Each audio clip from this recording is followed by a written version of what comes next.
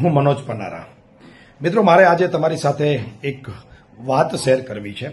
ખેડૂત આંદોલન ચાલી રહ્યું છે. સરકાર ખેડૂતોથી ડરી રહી છે અને ખેડૂત આંદોલનને જે કોઈ લોકો સપોર્ટ કરી રહ્યા છે એને ડરાવવા માટેનો સરકાર પ્રયત્ન કરી રહી છે એનો જીવતો જાગતો પુરાવો મારે તમારી વચ્ચે રજૂ કરવો છે. મિત્રો, અચાનક જ અમારી એક ગૌશાળા છે, શ્રી મેરડીધામ ગૌશાળા, એને એક નોટિસ થમાવી દેવામાં આવે છે. આ નોટિસનો પુરાવો છે.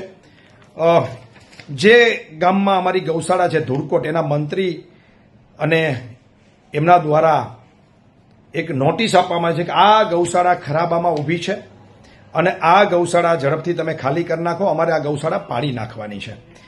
મિત્રો, આ ગૌશાળાને નોટિસ શું કામ આપવામાં આવે છે ખબર છે? એનો ગૌશાળાનો ટ્રસ્ટી મનોજ પનારા છે, એનો પ્રમુખ મનોજ પનારા છે. એટલા માટે મનોજ પનારાને દબાવવા ધમકાવવા માટે આ 300 ગાયો જે એનું ભરણ પોષણ કરવામાં આવે છે આ ગૌશાળામાં, એ ગૌશાળા પાડી નાખવાનો ઓર્ડર આ 7 તારીખે ગૌશાળાને આપવામાં આવે છે. મિત્રો, બહુ ઉપરથી સરકારનું ષડયંત્ર છે. સરકાર લાગતા વળગતા અધિકારીઓને આ નોટિસ આપવાનું કહે છે ને આ નોટિસ અમને મળે છે. તરત જ હું જાણી જાઉં છું કે આ ગૌશાળા પાડી નાખવા પાછળનો હેતુ માત્ર ને માત્ર હું એનો પ્રમુખ છું અને હું એટલા માટે મને દબાવવા ધમકાવવામાં આવે છે, મને ખેડૂત આંદોલનમાંથી દૂર કરવા માટેનો આ એક પ્રયત્ન છે એ હું સમજી જાઉં છું. એટલા માટે હું પોતે આ ગૌશાળાના પ્રમુખ પદ તરીકેથી રાજીનામું આપી દઉં છું. મેં ચેરિટી કમિશનરને પણ આજે જ આ પ્રમુખ પદ છોડવા માટેનું જે ઓથોરાઇઝ ડોક્યુમેન્ટ કરવાના આવે આ એની ઝેરોક્સો છે પણ મેં કરી દીધા છે અને ઓથોરાઇઝ ડોક્યુમેન્ટ મેં ચેરિટી કમિશનરમાં સબમિટ કરાવી દીધા છે આજે કે ભાઈ હું આ પ્રમુખ પદ મેરડીધામ ગૌશાળાનું છોડું છું. મારા કારણે 300 ગાયો બિચારી જ્યાં પોતાનું પેટ ભરે છે એ હેરાન ન થાય, એ ગૌશાળા પડી જાય ચોમાસામાં તો શું થાય એ હાલતને હું સમજી શકું છું, એટલે મેં રાજીનામું આપી દીધું છે. મિત્રો, તમારા ધ્યાનમાં મૂકી દઉં, હું ઘણા સમયથી બાકીના ટ્રસ્ટીઓ જે વસરામભાઈ સરપંચ આ ગૌશાળાના મૂળ સ્થાપક અથવા તો ચલાવે છે એમને મેં કીધેલું કે ભાઈ મારા કારણે તમને ભવિષ્યમાં તકલીફ પડશે, મને તમે આ પ્રમુખ પદ તરીકે છૂટો કરો. પરંતુ એ કહેતા હતા કે વાંધો નહીં, ભલે તું રહે. પરંતુ આજે મારે એ ગૌશાળાના પ્રમુખ તરીકે રાજીનામું આપવું પડ્યું છે. મને એનું દુઃખ નથી, કારણ કે સેવા ત્યાં કરતા હતા અમે લોકો અને વધુ સેવા તો વસરામભાઈ જ કરતા હતા. મારું તો કાગળ ઉપર માત્ર નામ હતું. પણ દુઃખનું એ વાતનું છે કે ભારતીય જનતા પાર્ટી અને એની સરકાર, એના નેતાઓ, એના અધિકારીઓ આ લેવલે ખેડૂત આંદોલનને દબાવવા માટે, અમારા જેવા આગેવાનોને ધમકાવવા માટે આ રસ્તો અપનાવે. આ વ્યાજબી નથી. જે ગાયના નામે મત માગે છે, જે રામના નામે મત માગે છે, એ સરકાર ગાયની ગૌશાળા પાડી રહી છે, મંદિરો બરબાદ કરી રહી છે. રામ મંદિર જેના નામે આ લોકો સત્તામાં આવ્યા છે, 2 માંથી આજે આવડી મોટી સત્તા એમને મળી છે. 2 જ સંસદ હતા. રામ જન્મભૂમિ આંદોલન પછી અમને આવડી મોટી સત્તાઓ મળી. ગુજરાત સહિત અનેક રાજ્યોમાં રામના નામે આ લોકો સત્તામાં આવ્યા, કેન્દ્રમાં આવ્યા. એ જ રામ મંદિરમાંથી ચંદા ચોરી કરી રહ્યા છે, સોનાની ચાંદીની ઈંટો લૂંટી રહ્યા છે. જે ગાયને રાષ્ટ્રીય માતા બનાવી જોઈએ, કતલખાના વિરોધ કરીને જે સરકારો આ લોકોએ બનાવી છે ગાય માતાના નામે, એ ગાય માતાની ગૌશાળા પાડવાની આ જ લોકો નોટિસ કાઢી રહ્યા છે. માત્ર ને માત્ર મનોજ પનારા એનો પ્રમુખ છે.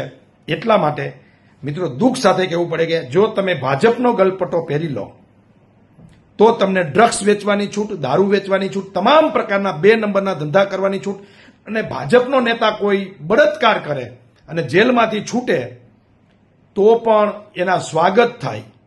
ભાજપનો નેતા કોઈ પણ કાંડ કરે તો એને બચાવવા આખી સરકાર અને અધિકારીઓને સૂચના આપવામાં આવે અને ભાજપની નીતિઓનો વિરોધ કરે, ખેડૂતોને કોઈ સમર્થન કરે, ભાજપની ખોટી વાતોનો કોઈ વિરોધ કરે તો એવા લોકોને દબાવવા ધમકાવવામાં આવે. એ આ સરકારની નીતિ છે. હું સરકારને, એના અધિકારીઓને, જેને પણ આ ષડયંત્ર કર્યું છે એને હું કહેવા માંગુ છું કે મનોજ પનારાને તમે દબાવી નહીં શકો, ધમકાવી નહીં શકો, ડરાવી નહીં શકો અને આંદોલનથી દૂર નહીં કરી શકો. હું આંદોલનમાં તન મન ધનથી છું, રહીશ અને મદદ કરીશ. તમારે જે કાંઈ નીતિઓ અપનાવી હોય અપનાવી લેજો. સરકારને ખેડૂતોને 4 ગણું વળતર બજાર કિંમતનું આપવું પડશે. જ્યાં સુધી નહીં આપે ત્યાં સુધી આ લડાઈ ચાલુ રહેવાની છે, એમાં શંકાને કોઈ સ્થાન નથી.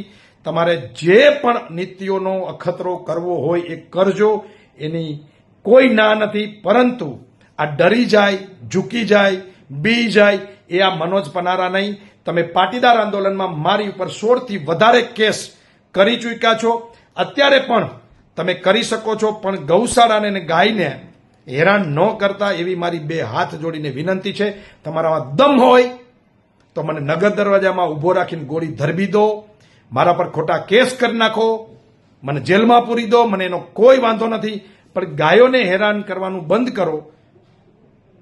જે હિન્દુ ધર્મની વાતો કરી અને હિન્દુ ધર્મના પાયામાં ગાય માતા છે, એ ગાય માતાને તમે હેરાન કરવા માટે નીકળી પડ્યા છો, એની ગૌશાળા પાડવા નીકળી પડ્યા છો, મને દબાવવા માટે ખાલી.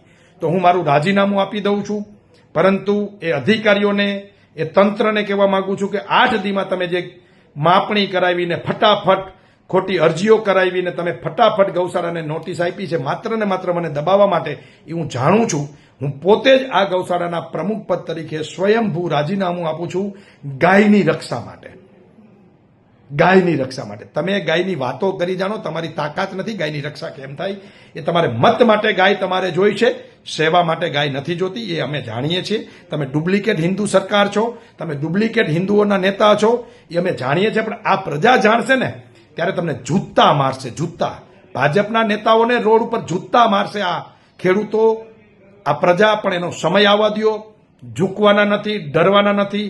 આ રાજીનામું મેં મોકલી દીધું છે. હવે મહેરબાની કરી અને આ ગૌશાળાને પાડતા નહીં. ચોમાસામાં આ ગાયો ક્યાં જશે, એની નીણ ક્યાં હાચવવી, એ ટ્રસ્ટીઓની ચિંતા છે. એટલે કોઈ મારા ટ્રસ્ટી મંડળને પણ વિનંતી છે કે કોઈ ભાજપનો મોટો નેતા આનો ટ્રસ્ટી બની જાય, જેથી કરીને આ ગૌશાળા બચી જાય. બીજી વાત, જ્યારે સરકાર બદલશે ને ત્યારે વ્યાજ સહિત એક અધિકારીઓનો, એક નેતાઓનો અને એક માણસનો હિસાબ કરવાનો છે. આ વાત યાદ રાખજો.